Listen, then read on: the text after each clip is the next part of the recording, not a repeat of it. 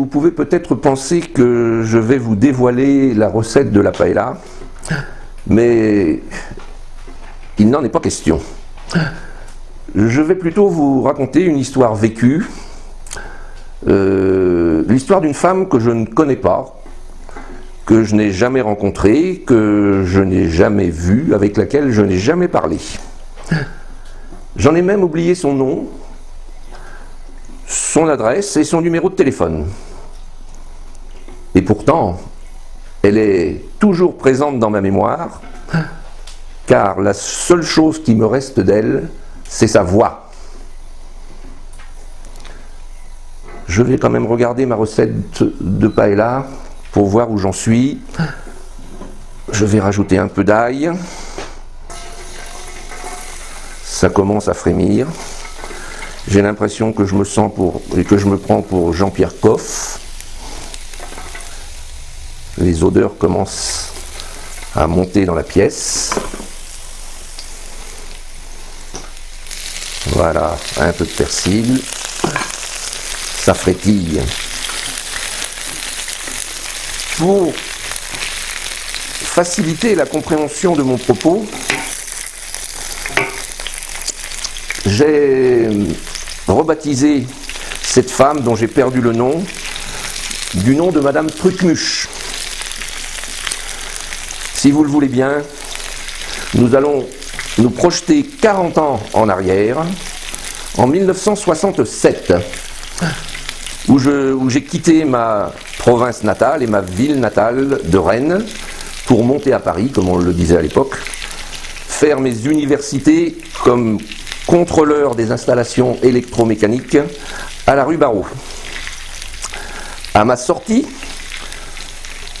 en mars 1968, j'ai été affecté, après être passé au tribunal d'instance du 13e arrondissement pour un serment de confidentialité, j'ai été affecté aux centrales téléphoniques Littré Babylone, rue du Cherche-Midi, dans le 13e arrondissement. Dans le 6e arrondissement. Rappelez-vous, c'était au temps où la numérotation des abonnés parisiens était à 7 chiffres et on utilisait à l'époque les lettres qui figurent sur le clavier des téléphones. Et le numéro donc était composé des 3 premières lettres du central de rattachement, suivi de 4 chiffres. Allô, Babylone 1234. J'appelle pour l'annonce. Désolé monsieur, l'appartement est déjà loué. Mes écoutes sur la ligne de Madame Trucmuche devenaient de plus en plus fréquentes, car elle appelait le service des réclamations plusieurs fois par jour, jusqu'au jour où j'appris que cette situation durait depuis plusieurs mois déjà, bien avant mon arrivée. Alors, si vous le voulez bien, je vais consulter ma recette dans mon livre de cuisine pour savoir où j'en suis, puisque là, ma sauce est terminée et je vais maintenant ajouter les morceaux de viande qui sont du poulet et de l'échine de porc émincée. Voilà. On va laisser la sauce monter en température un petit peu. Voilà.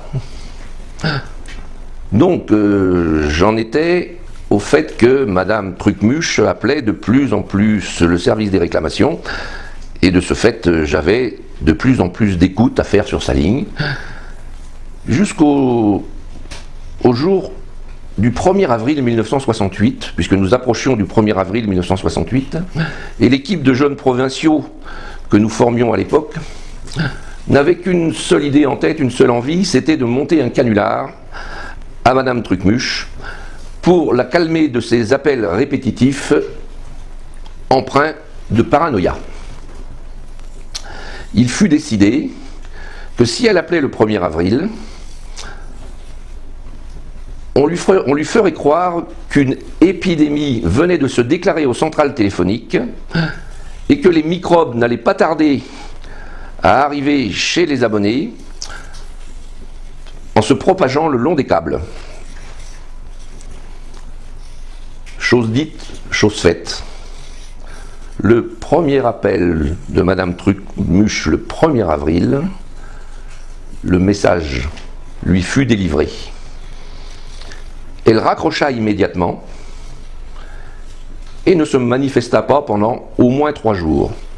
Au 4e jour, elle appela d'une cabine téléphonique pour signaler que son poste ne fonctionnait plus du tout. Après vérification, il s'avéra que sa réclamation était parfaitement justifiée. Un dépanneur fut diligenté à son domicile. « Bonjour Madame Trucmuche, je suis des PTT, je viens pour le poste. » L'agent examina avec attention le poste U43, qui était en parfait état de propreté, mais il remarqua effectivement que le cadran ne tournait pas à la bonne vitesse. Il entreprit donc d'ouvrir l'appareil, et là, à sa grande stupéfaction, il constata que plusieurs composants internes avaient fondu sous l'effet d'une chaleur excessive. Il s'enquérit auprès de Madame Trucmuche pour en connaître la cause. Elle lui fit savoir le plus simplement du monde que suite au risque de contagion annoncé 4 jours plus tôt, elle avait procédé à la stérilisation du poste en l'immergeant dans l'eau bouillante d'une cocotte minute et qu'elle avait répété l'opération durant 3 jours. Le canular se retournait contre nous. Le dépanneur emporta le poste sous le bras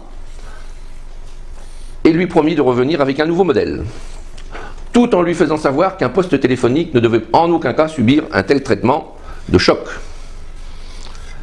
1 mois plus tard, nous étions en mai 1968. C'est tout Paris qui entrait en ébullition. Et Madame Trucmuche avait toujours de la paradiaphonie sur sa ligne, en plus de sa paranoïa. Je vous souhaite un bon appétit.